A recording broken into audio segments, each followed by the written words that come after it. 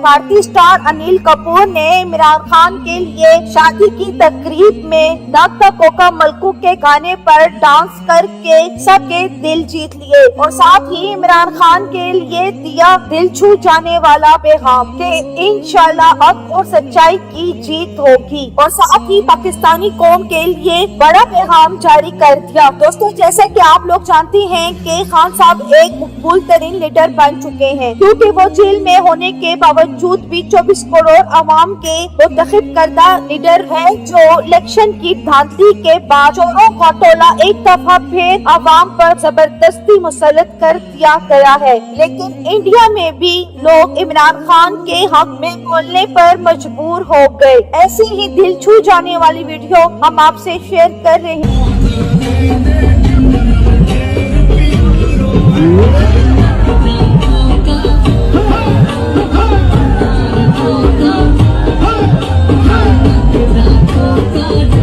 As Ali ji said, he's been an inspiration to me.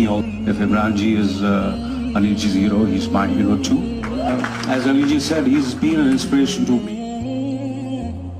Inshallah, وہ ہوگا اور ضرور ہوگا 100%۔